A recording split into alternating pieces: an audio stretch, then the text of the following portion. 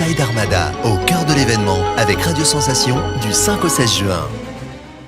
Et de retour pour notre premier magazine de la soirée depuis les quais de la Seine pour continuer de vous faire vivre les coulisses de l'Armada avec l'ensemble de nos partenaires. Vous les connaissez, mais il est important de les rappeler, même dans cette dernière ligne droite, que sont le Club de la presse et de la communication de Normandie, le département de Seine-Maritime, bien évidemment, qui nous héberge. Et puis, je n'oublie pas nos étudiants qui nous permettent de façonner nos différents reportages avec toujours cette ligne édito un peu particulière. Les étudiants du campus Saint-Marc, plusieurs écoles, et puis les étudiants de première année de l'IUT, donc rattachés à Mont-Saint-Aignan, mais c'est une unité d'Elbeuf, et MEMI, donc à la fois audiovisuel et réseaux sociaux.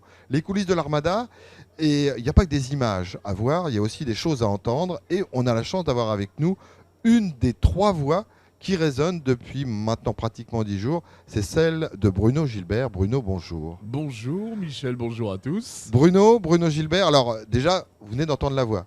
À mon avis, ça peut vous donner un indice, même si vous êtes fidèle à Sensation, c'est pas le problème.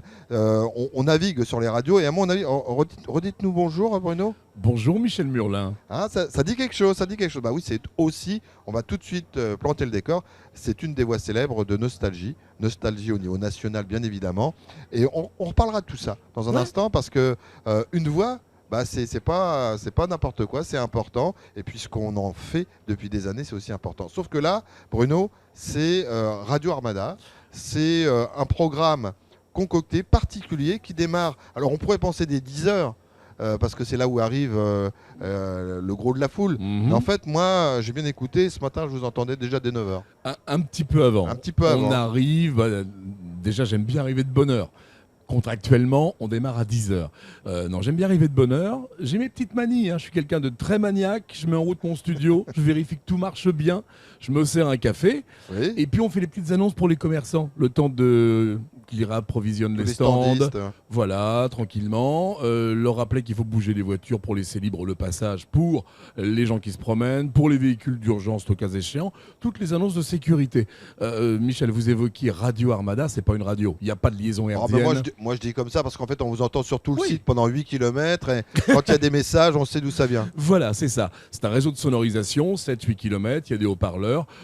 C'est avant toute chose un réseau de sécurité en cas d'urgence absolue où on passe des messages pour retrouver des gens perdus, des gens qui s'égarent, même si maintenant il y a les portables. Tout le monde a son téléphone pour se retrouver. On se fixe un point de repère, un bateau, une pile de pont, des choses comme cela, il n'y a pas de souci. Mais on est là avant toute chose pour ça. Et puis, autant le faire vivre ce réseau. Donc on l'a appelé Radio Armada. Alors on se balade. On a une liaison 4G qui nous permet d'avoir un son excellent sur tout le site. On peut grimper si on le souhaite sur les bateaux. On se balade dans les files d'attente. On interviewe les gens. J'ai l'appli Armada Rouen 2019 qui est hyper pratique. On n'a pas besoin de s'embêter avec des tonnes de fiches. Tout est sur le téléphone portable. Vous le téléchargez gratuitement, cette petite appli, et vous avez le descriptif de tous les bateaux. Donc pour moi, il n'y a plus qu'à lire quelque part et de faire vivre justement l'Armada au sein de l'Armada, au plus près des bateaux et au plus près de tout ce qui s'y passe. Alors voilà, on peut se promener absolument partout, interviewer les uns les autres, les Rouennais, les touristes qui viennent des 4 coins de la France et même bien au-delà. Et ça permet de vraiment profiter pleinement de cet événement international. Vous voyez que là, on a affaire à des professionnels. J'ai posé une question, il vient de faire pratiquement 4 minutes tout seul. Donc on voit le côté professionnel de ces gens de radio qui savent parler. Parce qu'en fait, ils sont un peu brimés sur les grandes ondes. On leur Bruno, dit, tu parles de trop, donc là, je me rattrape. Non, c'est bien. Message effectivement de sécurité, message de service, message pour annoncer les bateaux. On a remarqué, quand vous annoncez qu'un bateau arrive, il y a un mouvement de foule devant notre stand où les gens disent où c'est, on va y aller. Donc c'est vraiment très écouté. C'est pas que pour apporter des messages. Les gens écoutent ce que vous dites. Et ils écoutent, ils entendent, ils font attention. C'est pas une radio musicale. On diffuse des bruits maritimes. On diffuse des mouettes, des bruits de vagues pour justement. C'est sympa, c'est sympa justement pour pas perturber les différents pôles musicaux. Sur 7 km de quai, il y a des ambiances musicales. Si en plus sur nos haut-parleurs on cartonne le dernier tube du moment. Donc on a choisi de faire quelque chose de plus discret, ce qui ne nous empêche pas d'être bien entendu, bien écouté et de bien surtout positionner l'endroit où on va se trouver quand on va accueillir un bateau. On dit voilà, on est sur la rive droite ou la rive gauche de la Seine. Le bateau qui arrive, il est en vue. Et on est 3 animateurs à se relayer Alors, comme c'est ce cela. que j'allais dire, il n'y a pas Bruno qui fait toute la Non, journée. non. C'est 3 pas jouable. animateurs et un autre aussi qui est connu au niveau national. Alors, Hein, mais alors c'est quoi? C'est une école. Radio Armada est une école de formation. C'est Pascal Langlois, je crois, qui est sur RTL2. absolument, Hein. mon camarade Pascal Langlois, qui est sur RTL2, qui anime les après-midi sur l'antenne nationale d'RTL2. Il habite la région, comme moi. Oui, c'est vrai que dans la région, on est quelques irréductibles à évoluer. Semblerait, hein. À évoluer sur des radios nationales à Paris, mais à faire l'aller-retour tous les jours. Donc Pascal Langlois, lui, il est dès 19h30, je crois, le soir sur le réseau de l'Armada. Moi, je fais le matin. Puis entre deux, il y a notre camarade Régis Legrand, que l'on peut admirer sur la chaîne normande, qui lui est très féru de sport et qui est également la 3e voix de l'Armada. C'est comme ça depuis l'édition 2013, avec une équipe peut-être, je vais pas dire un peu plus structuré, mais une espèce de grille de programme, Grille de programme, les mêmes c'est ça, voix ouais. aux mêmes heures, parce qu'on est en quelque sorte des points de repère pour les gens qui se promènent sur les quais.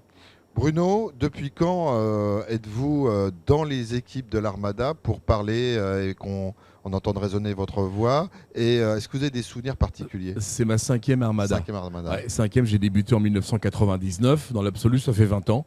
99, 2003, 2008, 2013, 2019. À l'époque, jusqu'en 2008, l'Armada avait lieu, Michel, rappelez-vous, c'était au mois de juillet, pendant les Exactement. grandes vacances. Exactement. Parfois même, on a finissait avec le feu d'artifice du 14 juillet. Voilà, ça se couplait un petit peu avec le 14 juillet depuis 2013. Et c'est marrant, c'est pile poil les mêmes dates du 6 au 16 juin. Même si c'est la période des examens, il y a quand même beaucoup de monde sur les quais, énormément de monde dès le matin sur les quais. Des souvenirs, il y en a plein, des souvenirs extrêmement sympas. Je le répète à qui veut bien l'entendre, cette dame qui était venue nous voir une fois, la main devant la bouche. Monsieur, est-ce qu'on peut lancer un appel? J'ai perdu mon dentier. Bon, c'est arrivé une fois comme ça. On passait à l'époque beaucoup plus d'appels sur le réseau de sonorisation que maintenant. Il y a le phénomène des portables, on l'évoquait tout à l'heure, les gens se donnent des rendez-vous, se retrouvent, il n'y a pas de souci. 99, j'ai retrouvé une vidéo il n'y a pas très longtemps, on l'évoquait il n'y a pas quelques minutes, Oui. Michel. On s'était approprié le toit de notre studio. On était au pied du pont Guillaume le Conquérant, rive droite, on était avec une bonne tripotée de copains. On avait pris une échelle, on était monté sur le toit, on avait viré l'échelle et on était aux premières loges pour assister au feu d'artifice final de l'Armada de 99. Et là, c'était grandiose. Bon, maintenant, c'est un peu le cordonnier qui est le plus mal chaussé. 13h30. Je rends le micro à Régis Legrand. La 13, l'autoroute est juste à côté. Et 1h10 plus tard, je suis à Nostalgie, à Paris, pour assurer mon créneau, 16h, 20h sur l'antenne nationale. Et je rentre. Donc, j'ai pas vu un concert, j'ai pas vu un feu Bah oui, c'est d'artifice. ce que je veux dire. Les journées sont longues en ce moment. Oui, mais c'est passionnant. C'est passionnant. On fait un métier passion. On va pas s'en plaindre. On en vit. C'est quand même génial. Alors, un vivier normand assez intéressant d'animateurs au niveau national, on en a parlé, parce qu'au départ, il y a une histoire, les plus jeunes ne la connaissent certainement pas. Il y a une radio au départ qui a failli en fait être la plus importante de France. C'était laquelle? C'était RVS. Radio Vallée de Seine. Absolument. Je l'ai intégré, RVS. C'était la radio de référence. Alors que vous avez commencé sur Radio Solaris. Alors oui. Alors, à Ifto. si vous voulez tout mon parcours, j'étais à 30 km d'ici. Sinon, il y en a pour la journée, la soirée complète, Michel. Radio Solaris en 1985, il y a eu Dieppe FM, il y a eu Fun Radio On parle à du Rouen. début des radios locales. Je dis pour les personnes qui ne le sauraient pas, c'est le début des radios locales. Il y a eu Dieppe FM, Fun Radio des studios à Rouen dans les locaux de Paris-Normandie face à l'abbatiale Saint-Ouen. Ça a duré moins d'une année. Je sais pas si on n'a jamais su si c'était vraiment très légal, mais bon, ça c'est du off. On a oublié. Il y a eu Radio Service, qui Gaston Boulet pendant un an. Qui faisait les disques à la demande et c'était quelque chose. Qu'est-ce qu'on a ri? Oh, qu'est-ce qu'on a ri? C'était une époque, je dirais pas bénie parce que ça fait un peu les anciens, mais il y avait comme une certaine liberté, tôt une possibilité d'intervenir.